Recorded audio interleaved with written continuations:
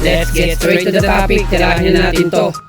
Kai Sotto, mild sprain ankle lang ang natamo. Mas doble pang pag-iingat at proteksyon pag iigtingin ng kampo ni Kai Sotto. Ito yung sinasabing pagkakataon.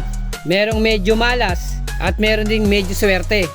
Medyo malas kasi kababalik nga lang ni Kai Sotto from ACL injury.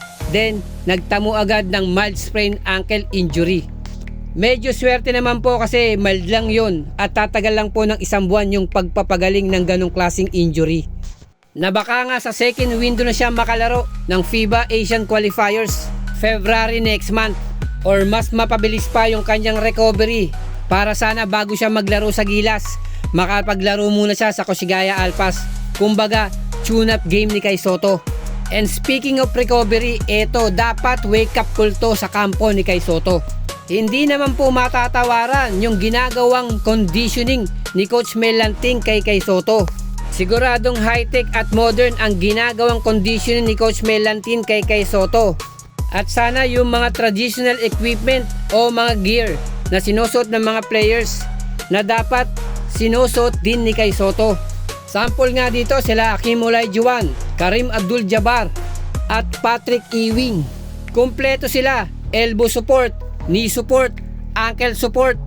Pero yung kailangan talaga ng isang big man, isang high cut na sapatos para nga extra protection.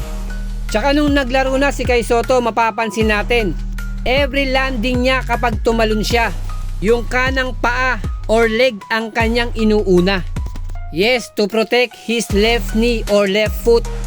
Pero yung nakakatakot lang dito, baka naman yung kanang tuhod niya naman yung mabugbog at siya namang ma-injury. Hindi kasi maiiwasan yan. Katulad nga nung nangyari kay AJ Edu. Nagtamo ng knee injury, ACL injury, nung batang Gilas siya. At nung nagbalik sa paglalaro, yung isa namang tuhod ang na-injury, ACL din yun. Kaya ngayon mas kailangan ni Kai Sotto ng knee support, yung talagang makabago. Para nga protektado siya at kung sakaling ma-injury siya, hindi ganong kalala.